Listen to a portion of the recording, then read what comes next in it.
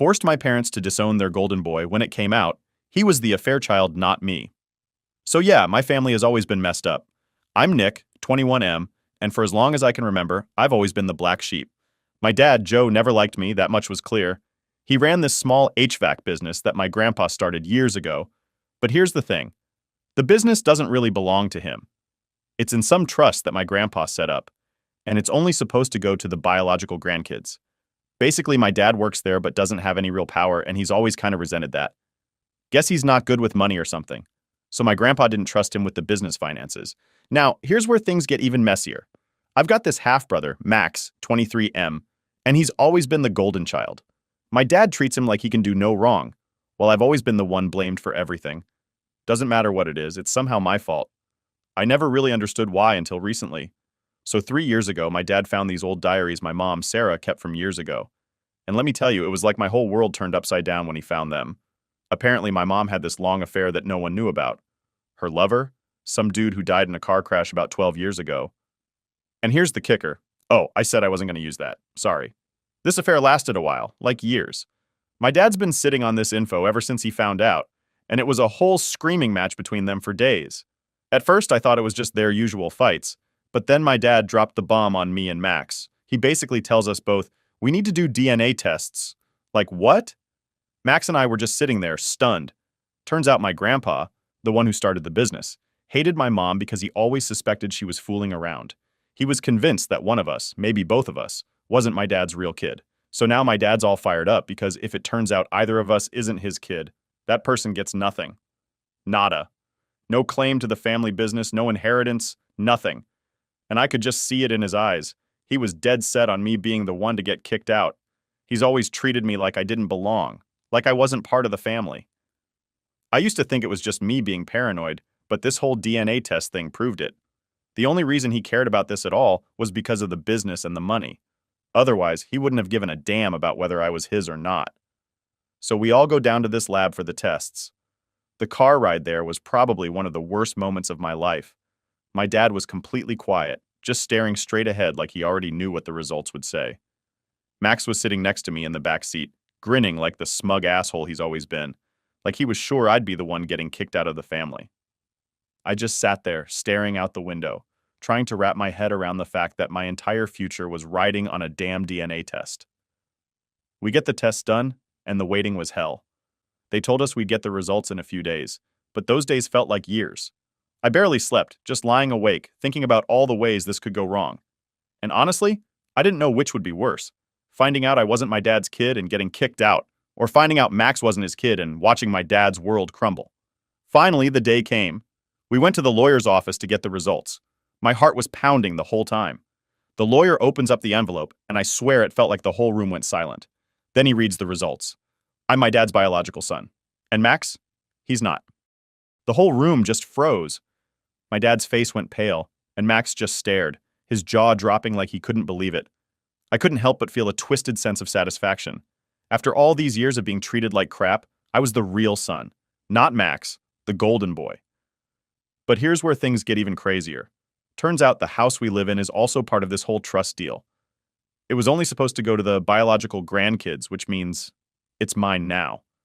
My dad had always assumed Max would get everything, but now, legally, Max gets nothing. The business, the house, all of it. It's mine. On the drive back home, my dad didn't say a word. Max, though, kept running his mouth, talking crap like, this isn't fair, and there must have been a mistake. He was acting like the test results were some kind of joke. But my dad? He looked broken. I've never seen him like that before.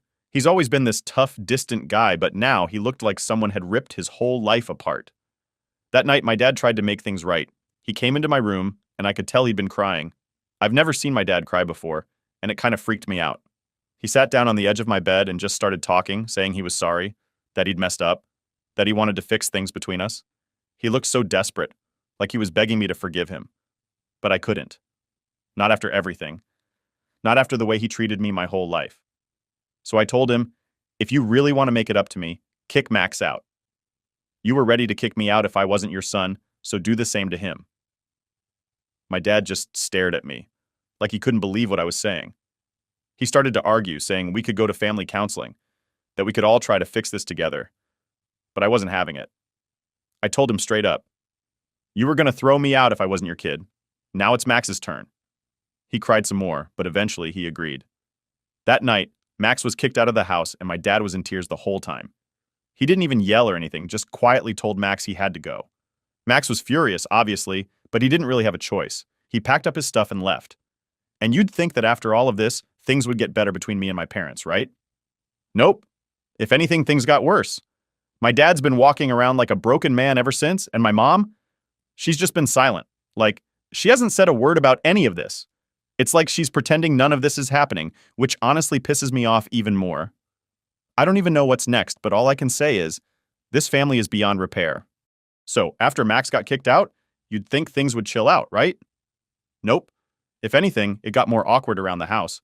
My dad, Joe, was walking around like a ghost, barely speaking to anyone, and my mom, Sarah, was still silent, just pretending like none of this mess had happened. The house felt empty, even though I was still living there. I thought maybe kicking Max out would change something, but all it did was make my parents even more distant. The first few days after Max left, it was almost like everyone was holding their breath, waiting for something to happen. I could tell my dad was trying to figure out what to do next, but instead of talking to me like a normal person, he just stayed quiet. I knew he was hurting, but I wasn't exactly in the mood to comfort him. The guy had spent most of my life treating me like I didn't matter, and now I was supposed to feel sorry for him? Yeah, not happening. One night, about a week after Max left, my dad tried to have this big talk with me.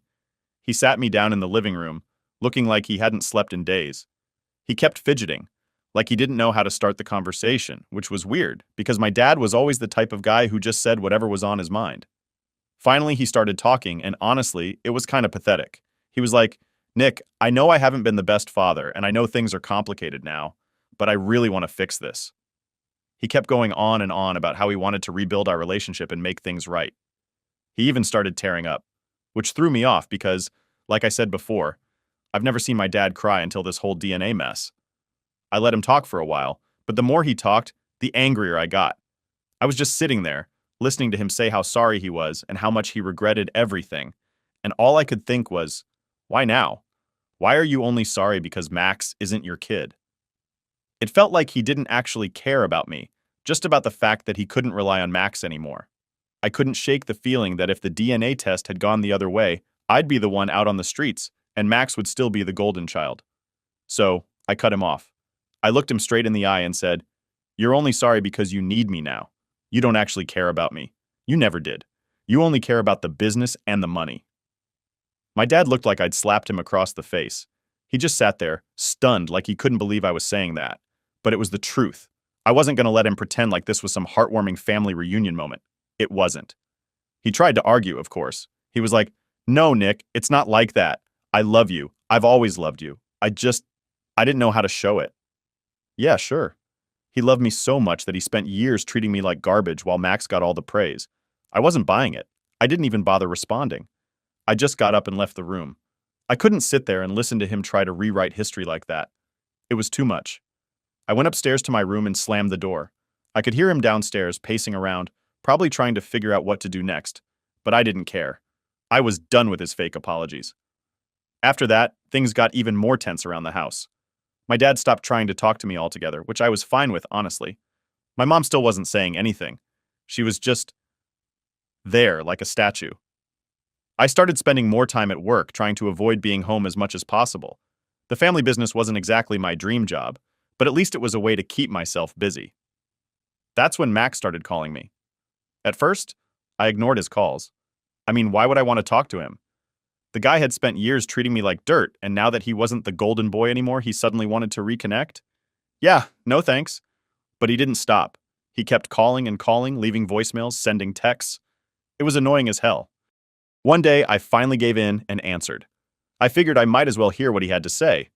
The second I picked up the phone, Max went off. He was yelling about how unfair everything was, how he didn't deserve to be kicked out, how our parents were treating him like crap now. I let him rant for a bit, but then he dropped a bomb. Max told me that our mom had cheated with more than one guy. Yeah, apparently the guy who died in the car crash wasn't the only one. There was another dude, some guy she worked with back in the day. And Max was threatening to tell our dad if I didn't help him get back in the house. I was floored. Like, I knew my mom wasn't a saint, but I didn't expect this. Max kept going, saying that he had proof, that he'd found more of my mom's old diaries and letters that basically confirmed she'd been screwing around with multiple guys. He said he'd kept quiet about it all these years because he didn't want to ruin the family, but now that he was out on his ass, he didn't care anymore. I didn't know what to say. Part of me wanted to call Max's bluff, but another part of me believed him. It explained a lot about why my dad was always so paranoid and why he treated me the way he did. Maybe he'd always suspected that none of us were really his kids. Max was like, "Look, Nick, I don't want to blow this thing up, but if you don't help me out, I'm telling Dad everything. He'll kick Mom out, and this whole family's going to be destroyed." He was basically blackmailing me. I told him I'd think about it and hung up the phone. I sat there for a long time, just staring at the wall, trying to figure out what the hell I was supposed to do. Max had always been a jerk, but this was next level. He was willing to blow up our entire family just to get back at me for kicking him out. And the worst part? I didn't know if I even cared anymore. By the end of the night, I decided I wasn't going to play Max's game. If he wanted to tell our dad, fine, let him. I wasn't going to help him just because he had some dirt on our mom. If our family was going to fall apart, it wasn't my job to hold it together. And with that, I made up my mind. I wasn't going to answer Max's calls anymore. If he wanted to burn everything down, so be it. A few weeks after Max threatened me with that whole, "I'm going to blow up the family" crap, things somehow got even worse. Like, I didn't think it was possible, but here we were. My dad, Joe, was still moping around the house like someone had died, and my mom, Sarah, was still silent as ever. I was doing my best to just stay out of it all, going to work, coming home, and keeping my head down. But of course, nothing ever stays quiet for long in this family. One night, I came home from work, and the house felt weird. Like, you know when you walk into a place and you can just feel something's off? That was the vibe. I heard my parents talking in the kitchen, but it wasn't their usual low-key arguing. It sounded serious, like they were trying to keep their voices down, but failing. My curiosity got the better of me, so I crept closer to the door, trying to hear what was going on. And that's when I heard it. My dad was yelling, "You think I don't know? You think I'm an idiot?" And my mom finally was talking back, her voice shaky. "Joe, please, it was years ago. It doesn't mean anything now." My heart dropped. Max had done it. He'd told my dad about the other guy, the one my mom had been seeing behind his back. I felt a weird mix of emotions: relief, anger, guilt. I mean, I knew Max was capable of doing it, but a part of me didn't think he'd actually go through with it. Now, here we were, and my dad was finding out that my mom had cheated on him with multiple guys. I didn't want to listen anymore, so I went upstairs to my room and shut the door. But even up there, I could still hear them yelling. My dad was shouting about betrayal and how he should have left her years ago, while my mom was sobbing, saying it was all in the past and that she loved him. It was brutal. Later that night, my dad came upstairs and knocked on my door. I wasn't in the mood to talk, but I opened it anyway. He stood there, looking more broken than I'd ever seen him, like he'd aged 10 years in one day. He didn't say much, just asked if I knew about the other guy. I didn't lie. I told him I found out when Max called me a couple weeks ago. He nodded, his face going pale, and then he said something that hit me hard. "I never trusted your mom after that first affair. I didn't trust either of you boys either.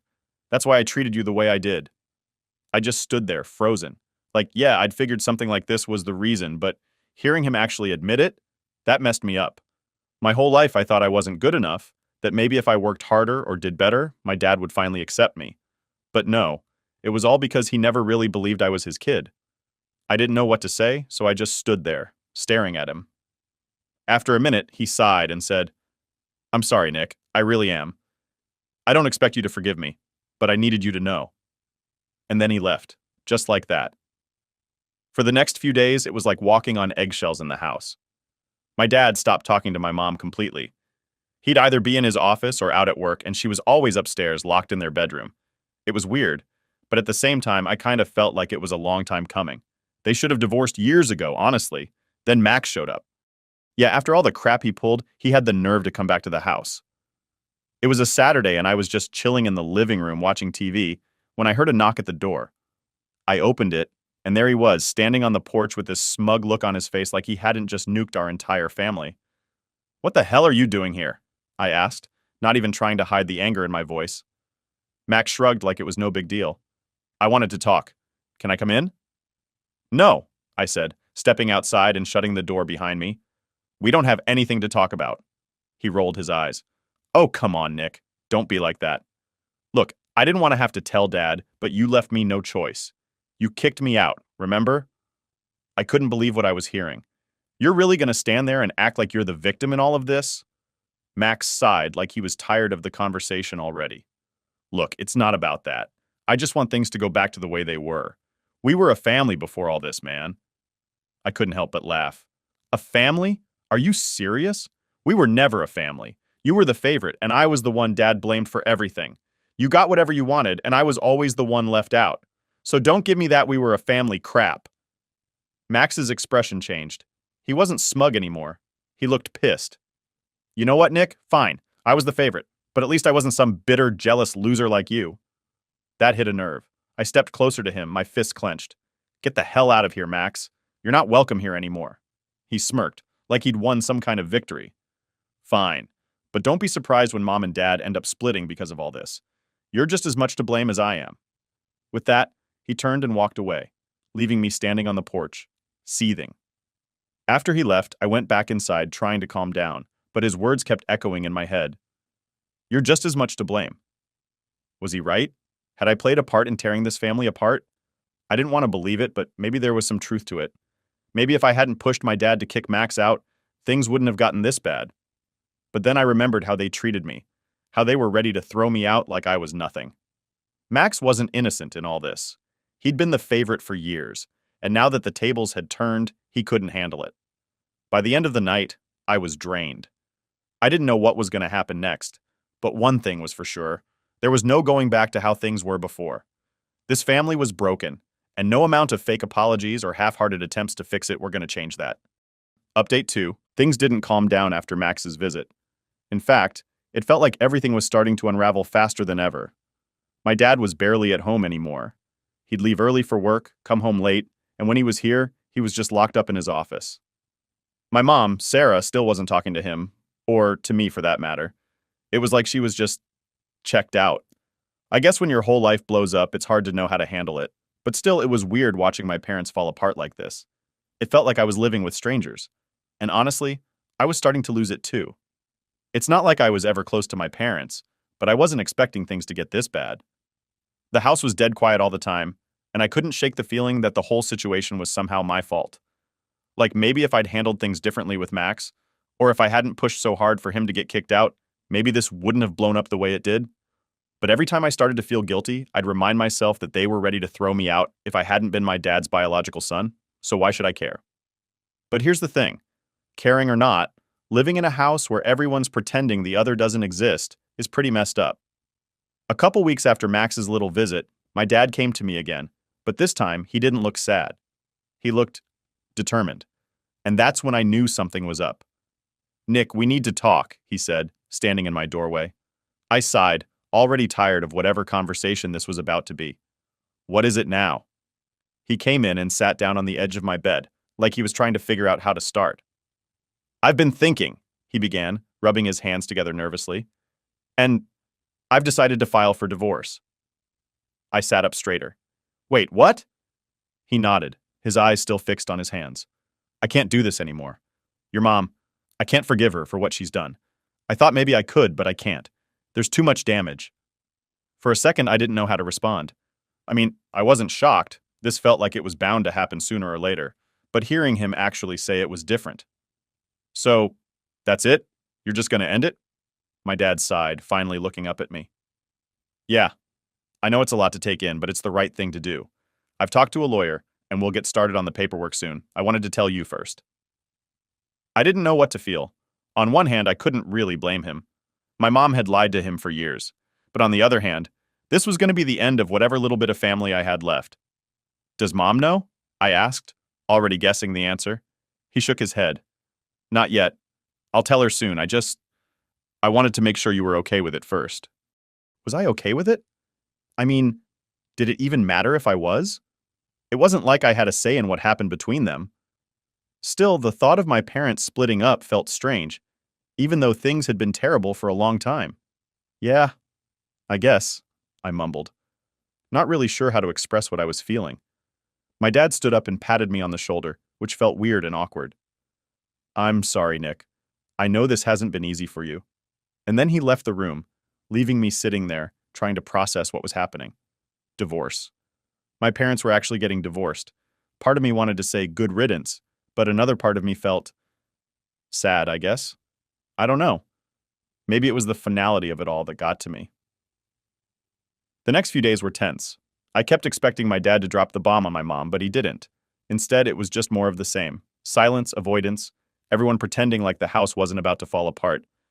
I didn't know when he planned to tell her, and honestly, I wasn't sure I wanted to be around when it happened. And then one night, it happened. I was in my room, trying to fall asleep, when I heard shouting from downstairs. My heart sank, and I knew instantly that my dad had finally told her. I couldn't make out everything they were saying, but I could hear enough. My mom was crying, screaming about how he couldn't do this, how she'd made mistakes, but she still loved him. My dad, though, wasn't backing down. He was shouting too, yelling about betrayal and how he couldn't trust her anymore. It was ugly, really ugly. I stayed in my room, listening to them tear each other apart, feeling like I should have done something, anything, but knowing there wasn't much I could do. After what felt like forever, the shouting finally stopped. I heard my mom sobbing as she ran up the stairs and slammed the door to their bedroom. The next morning, the house was even quieter than usual. My mom didn't come out of her room at all, and my dad was acting like nothing had happened.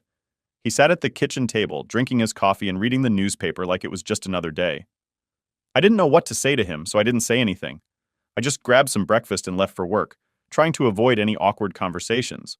But when I got home that night, things had escalated. My mom had packed up a bunch of her stuff. Her suitcases were sitting in the hallway, and she was standing by the front door, talking on the phone with someone. I don't know who she was talking to, but it sounded like she was making arrangements to leave. When she saw me, she quickly ended the call and wiped her eyes. "Nick, I'm going to stay with your aunt for a while," she said, her voice shaking. I didn't know what to say. "Okay," was all I could manage. She gave me a sad smile, then pulled me into a hug. "I'm so sorry, honey. I know this is hard. But I'll still be around. We'll figure this out." I didn't hug her back. I just stood there, feeling numb, waiting for her to let go. When she finally did, she grabbed her bags and left without another word. And just like that, she was gone. Update 3. After my mom left, it was just me and my dad in the house. It felt way emptier than it should have, like all the air had been sucked out of the place. We didn't really talk much after that night. He was still doing his thing, going to work, and pretending like everything was normal, but I could tell it wasn't. I mean, how could it be? I don't know if he was waiting for me to ask how I was feeling, or if he just didn't want to deal with it. But either way, we both just kind of avoided the subject. We barely even made eye contact in the kitchen, and the silence was heavier than it had ever been before. It wasn't long before Max decided to stir things up again. I swear, the guy's like a bad rash that just won't go away. One day I'm sitting at home after work, just trying to watch TV and forget about the fact that my family's falling apart, and I get a text from Max. "Max, we need to talk." I almost laughed when I saw it. Talk? About what? The dude had blown up our family, blackmailed me, and now he wanted to talk?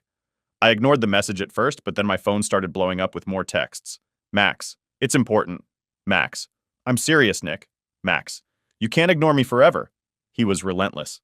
After about 10 messages, I finally gave in and called him.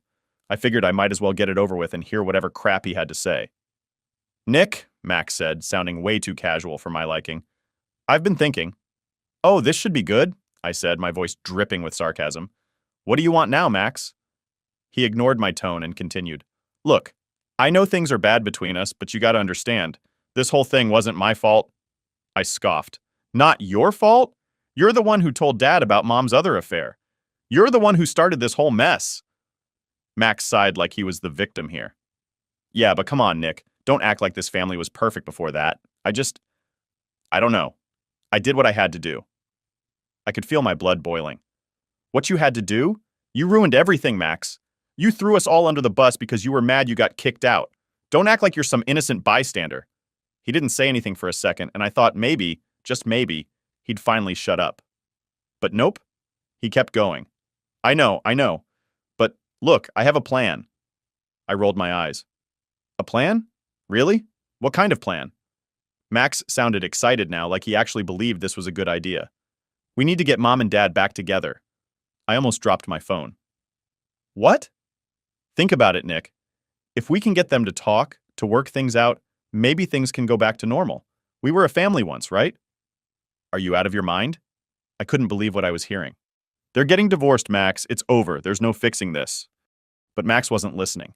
He was already rambling about how we could stage some kind of intervention or family meeting, get everyone in the same room and force them to talk it out. He actually thought this was going to work, like some cheesy movie where everyone hugs at the end and everything's fine. I cut him off. Max, stop. Just stop. This isn't a movie, okay? You can't just force people to forgive each other and move on. Dad's done. He's already filed for divorce. And Mom? She's living with Aunt Karen now. It's over. There was a long pause on the other end of the line. Finally, Max spoke again, but this time his voice was quieter, more serious. Nick, I don't want to lose this family. I didn't know what to say to that. Part of me wanted to laugh in his face. Like, really, Max? After everything you've done, now you care about the family? But another part of me felt bad for him, I guess. As much as I hated to admit it, he wasn't the only one who'd lost something. We all had. Look, I said, my tone softer now. I get it. This sucks for all of us. But there's nothing we can do. It's too late. Max didn't respond right away, and for a second I thought maybe he'd finally understood. But then he said, well, I'm gonna try anyway. And that's when I knew Max was a lost cause. He was stuck in this fantasy where everything could just magically be fixed if we all tried hard enough. I wished it were that easy, but life doesn't work like that. After I hung up, I felt this weird mix of emotions: anger, sadness, frustration, all of it wrapped together. I didn't know how to move on from this. My parents were done, my mom had left, my dad was a wreck, and Max? He was delusional, thinking he could somehow put the pieces back together. The next few weeks dragged on, and things didn't really get any better. My dad stayed locked in his office most of the time, and I just kept going to work, trying to distract myself from the mess at home. But no matter how much I tried to ignore it, it was always there, hanging over my head like a dark cloud. One night, after another long day at work, I came home to find my dad sitting at the kitchen table. He looked up when I walked in, and for the first time in a while, he actually spoke to me. Nick, he said quietly, I'm sorry. I froze. I wasn't expecting that. For what? For everything, he replied, looking down at his hands. I've messed up. I've made a lot of mistakes, and I know I can't fix all of them, but I'm trying. I don't want us to end up like them, like me and your mom. I didn't know what to say. It was the most honest thing I'd heard from him in a long time, and it caught me off guard. I'd spent so much time being angry at him, blaming him for everything, that I didn't know how to respond when he actually showed some vulnerability. So I just nodded. Yeah, me neither. We didn't say much after that. It wasn't some big emotional moment or anything, but it was something. Maybe things weren't totally broken after all. Mom left me with the neighbors for an hour and vanished. 20 years later, she wants to meet. I'm a 25-year-old guy named Max. My biological mother, Anna, had me when she was 22. At first, she was really excited to be a mom, but after I was born, she realized that taking care of a baby wasn't as easy or fun as she thought it would be.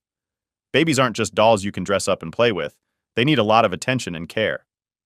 From the few fuzzy memories I have of Anna, she was never warm or loving towards me.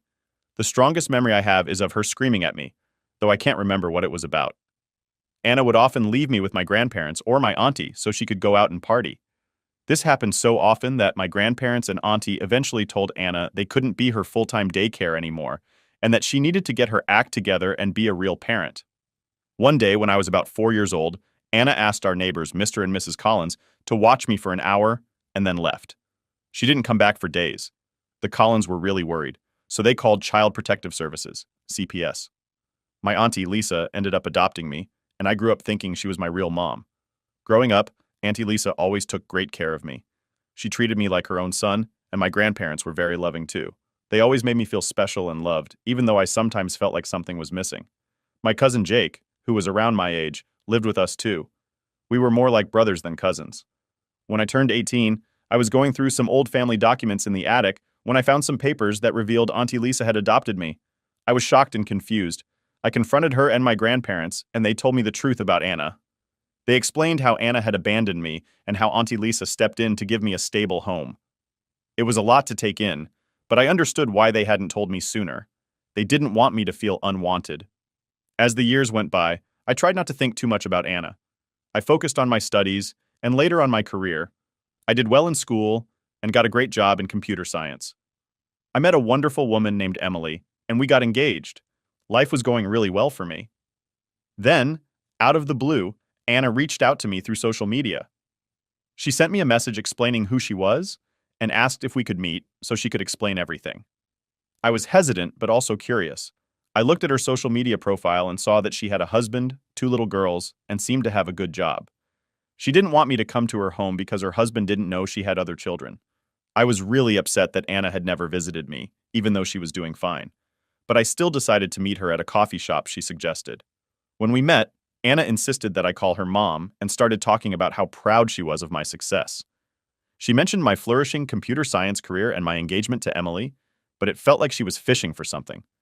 The conversation took a turn when Anna started hinting at financial struggles and how proud she was of me for being successful. It made me think she wanted money or favors from me. I felt angry and told her I wasn't interested in having a relationship with her. I said I didn't want to be used by her. She had abandoned me and was embarrassed by me because she never told her husband about me. I thought she was only trying to get back into my life because she wanted something from me. Anna insisted that she wasn't trying to use me, but I didn't believe her. I told her she should focus on the 2 kids she didn't abandon and accept that I would never care about her. Anna started crying, but I didn't care, and left her at the coffee shop. After that meeting, things got even more complicated. Anna started sending me long messages, trying to explain herself and asking for another chance. She even tried contacting Auntie Lisa and my grandparents to get them to convince me to talk to her. My family supported me and told Anna to respect my decision, but the whole situation was very stressful. Then one day, I received a message from Anna's husband, John. He had found out about me and was furious that Anna had kept such a big secret from him. He asked to meet me, wanting to know more about his wife's past. I was reluctant, but agreed to meet him. During our meeting, John told me that Anna had always been a bit secretive, but he never expected something like this. He apologized for her behavior and told me that he understood if I didn't want to have any contact with her. Meanwhile, Emily, my fiancée, was very supportive throughout this ordeal. She suggested that I see a therapist to help process my feelings about Anna.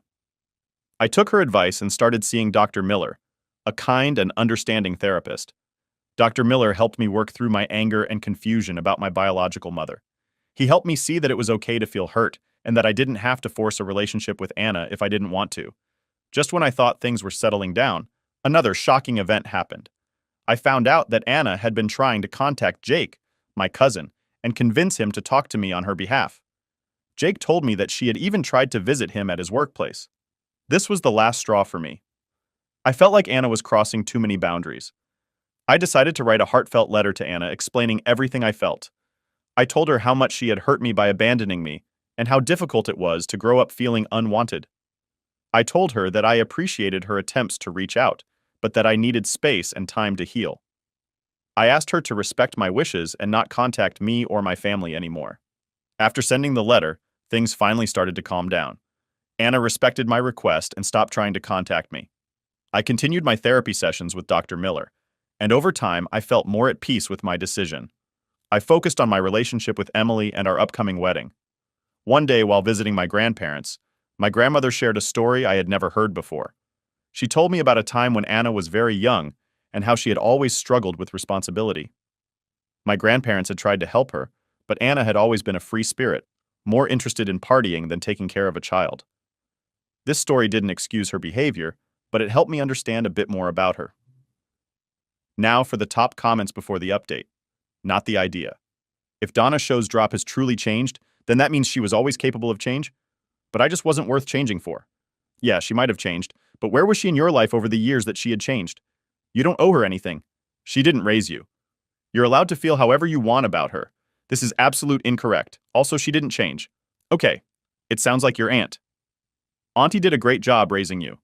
You're successful, and you don't let people who did damage to you walls back in and take advantage of you. Seems like you have your life pretty well put together. You are absolutely not the idiot for not letting her mess it up. She didn't want you to come over because her new family didn't know about you, and also wanted to have a secret relationship with you, and wanted you to call her mom. These two don't add up. Essentially, she's trying to be sneaky with her real family because, of course, she doesn't want them to know her true colors. Opie, please abandon this woman the same way she abandoned you. I'll go as far as to say you were pretty generous in the way you treated her. Your mom was 22 when she had you, and 26 when she walked out on you at that age. No one is that immature not to know the consequences of leaving your kid behind and the heartbreak that causes. 21 years passed where she could have reached out to you. 21 years, my dude. You shouldn't feel sorry for what you said, and you don't owe her anything. Update 1. After all the back and forth, the emotional upheaval, and trying to establish boundaries with Anna, I got a message on Facebook that flipped everything upside down. It was from one of Anna's kids, my half-sibling. I hadn't had much contact with them before, so this was a surprise. The message had some shocking news that was hard to digest. In the message, my half-sibling accused me of being selfish for not helping Anna in a way I never expected. Apparently, Anna needs a kidney transplant, and she had been hoping I would be a potential donor. Yeah, you read that right. The message was pleading, calling me out for not stepping up to save their mom. The tone was desperate, but also kind of accusatory, like I was some villain for not offering up an organ to someone who had been a stranger to me most of my life. Reading that message felt like getting punched in the gut.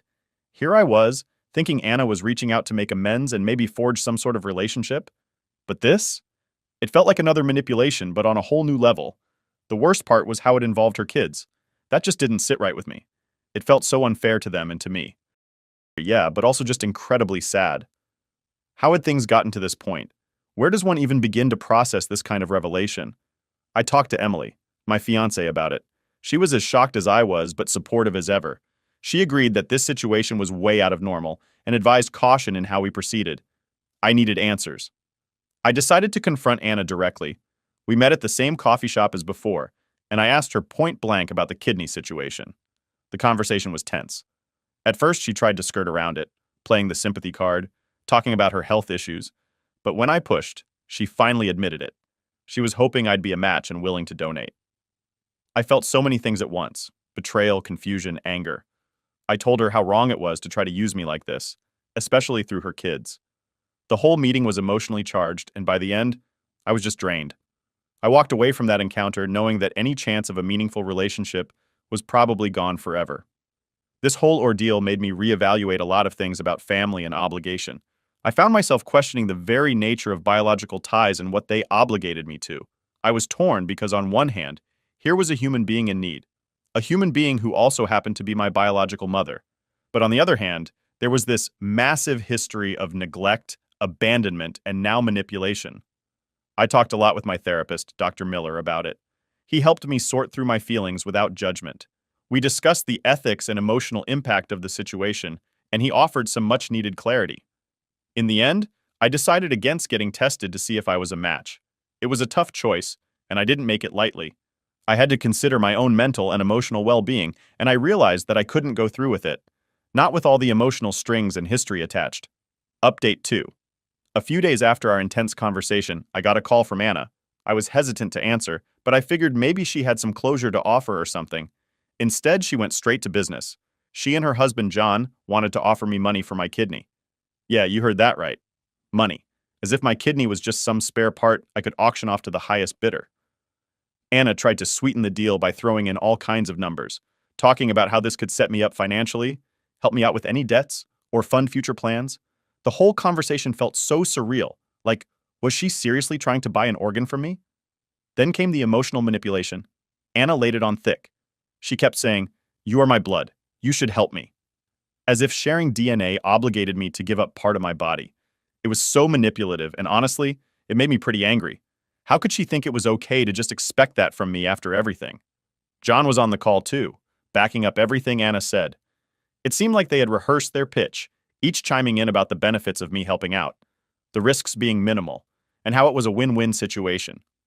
The way they tag-teamed it made the whole thing feel even more transactional. I couldn't believe these were the people I was supposed to consider family. I shut it down, firmly, told them that my organs weren't for sale and that it was pretty messed up for them to even suggest it. I made it clear that this wasn't just a simple business transaction. It was my life, my health, and no amount of money could make me compromise on that. I ended the call pretty abruptly because honestly, what more was there to say? After hanging up, the weight of the conversation really hit me. It's one thing to know intellectually that someone sees you as a means to an end, but it's another to hear it so explicitly. I spent a long time just processing how deep the manipulation went and how desperate they must have been to even propose such a thing. I talked it over with Emily, and she was as shocked as I was, but also super supportive. She helped me sort through the anger and betrayal to get to a place where I could just pity them for being so lost in their own needs that they couldn't see how wrong their actions were. So here's where I'm at now. I've decided to cut all communication with Anna and John. No calls, no messages, no social media, nothing. I need to protect my peace and mental health. It's been a tough decision, especially knowing that Anna is in a bad place health-wise, but I've learned that I need to prioritize my own well-being. I've also been leaning on my support network more than ever, talking to friends, spending quality time with Emily, and just trying to reinforce the positive relationships in my life. I'm also sticking with therapy because, man, this is a lot to unpack. As for the future, I'm focusing on the good stuff. My upcoming wedding with Emily, my career, and just enjoying the day-to-day without the shadow of family drama looming over me. It's not easy, and some days are harder than others, but I'm learning that I have the strength to get through even the toughest times. So that's the latest update. Wild, right? Thanks for sticking with me through this journey. Here's to better days and making choices that keep us healthy and happy. Update 3. Just when I thought things with Anna couldn't spiral further out of control, she took it to a whole new level. I'm talking major drama that spilled over into my professional life now. It started with a call from my boss last Tuesday. I figured it was just a regular check-in, but the tone was off from the get-go. He sounded concerned, confused, and a bit annoyed. Turns out Anna had somehow found his contact information, still figuring that part out, and decided to give him a piece of her mind about me.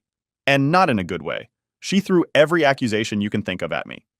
She told my boss that I was involved in drugs, that I was unreliable, and that I had serious behavioral problems that could jeopardize the company. Absolutely wild stuff, and none of it true. She painted this picture of me as some sort of high-risk employee that they needed to reconsider having on their team. I was floored, like my jaw hit the floor. After the shock wore off, I got really angry. How dare she try to mess with my livelihood? This isn't just some family drama anymore. She's trying to ruin my reputation and career. I felt so betrayed and violated that she would go this far just to get back at me for not giving her what she wanted. I had to go into immediate damage control mode. I sat down with my boss and explained the entire situation. I told him about Anna's health condition, her desperation for a kidney donor, and how I had decided not to get involved. I explained that her reaching out to him was likely a retaliation for my refusal to help her. Luckily, my boss was understanding. He was shocked, of course, but he knew me well enough to sense that the accusations didn't add up.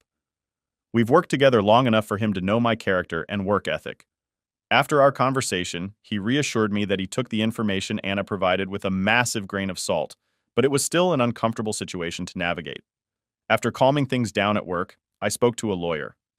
This kind of interference in my professional life is serious, and I wanted to know what my options were. The lawyer confirmed that Anna's actions could constitute defamation and tortious interference, meaning she's intentionally trying to damage my relationship with my employer and disrupt my career. We discussed the possibility of sending a cease and desist letter to formally warn Anna against further contact or defamation. It's a big step, and I'm still weighing the pros and cons, but I'm leaning towards taking legal action if she doesn't back down. This has gone too far, and it feels necessary to put some legal muscle behind my demand for her to stop. This whole ordeal has taken a significant emotional toll on me. It's one thing dealing with personal attacks, but when someone tries to take down your professional life, it hits differently. I've been trying to keep a cool head at work and not let this affect my performance, but it's tough. Nights have been hard. There's a lot of tossing and turning, just replaying things over in my mind. Through all of this, Emily has been my rock. She's been incredibly supportive, helping me process my feelings and just being there to listen whenever I need to vent. My friends and colleagues have also rallied around me, offering their support and reassuring me that they know the truth. Back at work, I'm doing my best to keep things professional, keep my head down, and just power through. But you better believe it's awkward. I mean, even though my boss is cool about it, there's this unspoken tension now. It's like everyone's wondering if there's any truth to the madness Anna spewed, and I hate that. I hate that her lies might make people doubt me. I ended up having a sit-down with my team, just to clear the air. I figured transparency was the best approach. I didn't dive into all the gory details, but I laid out enough so they'd get why my so-called mother might be trying to stir up trouble. They were all pretty understanding, and a few even shared their own crazy family stories, which kind of helped lighten the mood. It's weirdly comforting to know you're not the only one with a family that could star in a soap opera. Digging into the legal side of things is like opening a whole new can of worms. My lawyer's been great, walking me through what actions we can take, how we can protect my professional life, and even how to safeguard against further personal attacks. We're drafting that cease and desist letter, and I'm bracing myself for whatever comes next. If Anna thinks she can intimidate me into submission, she's got another thing coming. Update 4.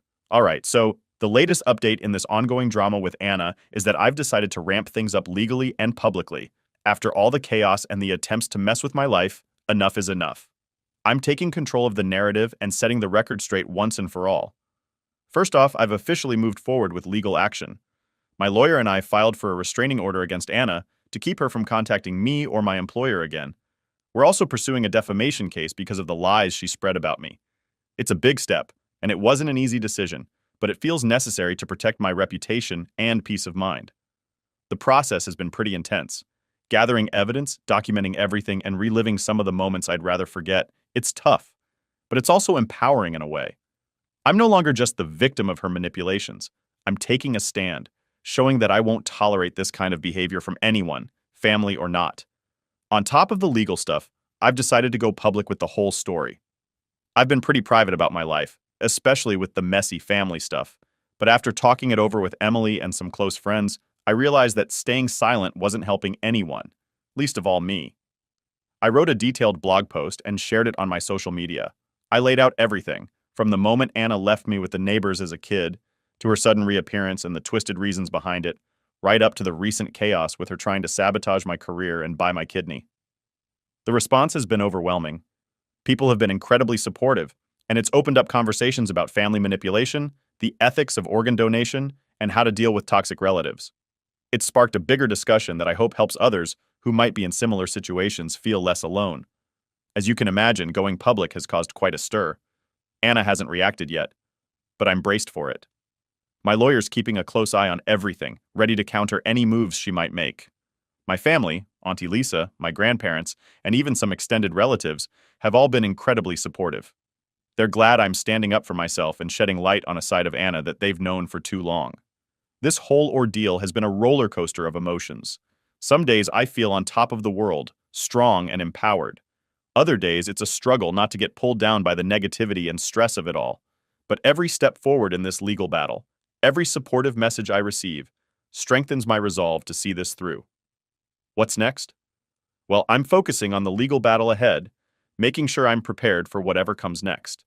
I'm also spending a lot of time with Emily, planning our wedding, which has been a beautiful distraction from all the drama. It's a reminder of the good things in my life, the future I'm building that's so much bigger than the past I'm fighting. I'm also considering doing more advocacy work around issues of family abandonment and manipulation.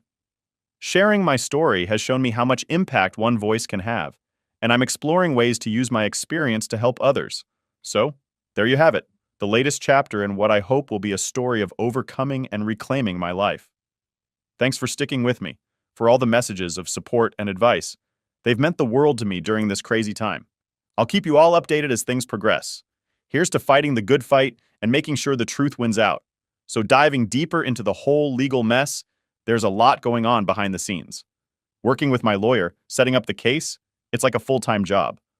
We're pulling together all sorts of evidence, from texts and emails to those crazy social media posts Anna made. Each piece tells a part of the story, and piecing it all together feels like we're building a fortress of facts. It's tedious, but kind of thrilling too, knowing every document we file is another step towards setting things right. The legal system is a beast. There are so many rules, so many deadlines. My lawyer is great at guiding me through it all, but man, it's a lot to take in.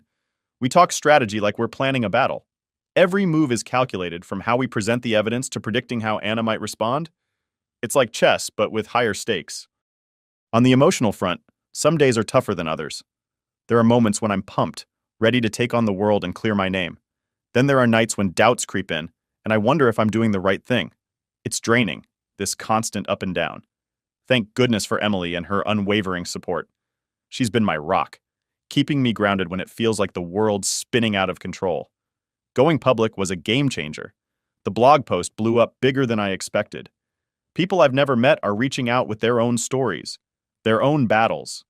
It's both heartbreaking and inspiring to see how many others are dealing with similar issues. I've started responding to comments, sharing more of my thoughts, and engaging in this surprisingly supportive online community. It's given me a sense of purpose, a feeling that by sharing my story, I'm not just helping myself, but maybe helping others too. Of course, not everyone's on my side. There are a few trolls, some naysayers who think I'm the bad guy for airing dirty laundry or for refusing to help Anna. Dealing with them has been a challenge. I try to keep it cool, stick to the facts, and not let them get under my skin. But some days, it's harder than others. You put yourself out there, and not everyone's going to be kind. Learning to deal with that has been part of the journey.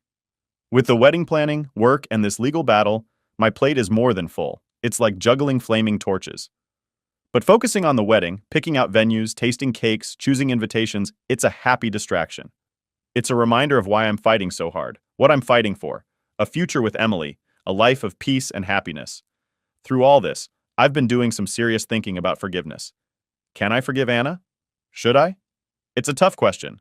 Part of me knows holding on to anger won't help in the long run, but forgiving feels like letting her off the hook. It's a work in progress, figuring out what forgiveness looks like for me. Looking ahead, I'm thinking about ways to turn this experience into something positive, maybe a podcast, a blog series, or even a community group for people dealing with family conflicts. There's a lot of healing and sharing and coming together over shared pain. It's an idea that's still taking shape, but I'm excited about the possibilities. So that's where things stand. A mix of legal battles, personal growth, and planning for the happiest day of my life. It's been a wild ride, but I'm not stepping off yet. I've got too much to fight for, too much to say, and too much life to live. Thanks for sticking with me. Here's to more updates. Hopefully some good news next time. And remember, no matter how tough it gets, there's always a way through the storm. Update 5. So there I was, kicking back with Emily, finally having one of those quiet evenings you look forward to all week. We had some music on, we're just about to start a movie, and then boom, the unexpected knock. I peek through the peephole, and my heart just sinks. Anna and John, right there on my doorstep. Of all the nerve, right? I opened the door, half expecting there must be some kind of emergency for them to show up like this unannounced. Anna launched into this spiel almost immediately. It was this whole rehearsed apology, like she'd been practicing it the whole drive over. She's talking about how much she regrets her actions, how she's changed and all that. John's nodding along, chipping in about their therapy sessions and personal growth or whatever. Part of me wondered if I was just being cynical, but then the bigger part of me remembered all the stunts she'd pulled before. I've got to tell you, it took every ounce of patience not to just close the door in their faces right then and there. But I let her finish because, well, I figured maybe there was a slim chance they were sincere. But it didn't take long for me to see through it. Every word just reminded me of all the times she'd manipulated situations for her benefit. How could I trust anything she said? Once they were done with their piece, I was pretty firm. Told them thanks but no thanks, and that they needed to leave. But then John, man, he just wouldn't have it. He steps up like he's going to make me listen or something. That's when I felt my temper really start to flare up. Here they were, in my home, trying to force a conversation I didn't want to have. I tried to keep my cool, really, I did. I told them they were trespassing at this point, that they had no right to be there if I didn't want them there. But John was all puffed up, refusing to leave, and Anna was crying, making this whole scene. It was just too much. That's when I realized I wasn't just going to get them to leave by asking nicely. So, I made the call. Never thought I'd be the guy calling the cops on his own mother, but there we were. The police showed up pretty quick, which I was grateful for. I explained the situation, how they refused to leave, and how I felt threatened. The officers were really decent about it all. They talked to Anna and John, heard their side, but ultimately, they saw it for what it was, an unwanted intrusion. After they took them away, the silence in the house was deafening. Emily and I just kind of sat there, processing the madness of it all. We talked a lot about whether there was anything else I could have done, but deep down, we both knew it had to end this way. They pushed it too far, and it wasn't safe or healthy to let that slide. The next few days were rough, not gonna lie. I kept replaying the incident in my head, wondering about the what-ifs.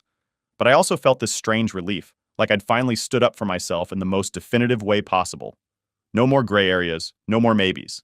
It was clear-cut, and it was final. Since then, I've been leaning a lot on my support system. Talking things out with friends, spending quality time with Emily, and yes, more therapy sessions. Just trying to find that balance again to remind myself that I did the right thing, that protecting my peace is priority number one. Looking ahead, I'm focusing on the positives. Planning the wedding with Emily, focusing on work, diving into some new hobbies to keep my mind clear. It's about moving forward, about building the life we want on our terms, without the shadow of past drama dictating our happiness. So there it is, the latest chapter in this wild saga. Thanks for sticking through it with me. Here's to better days, to healing and moving forward. No looking back this time.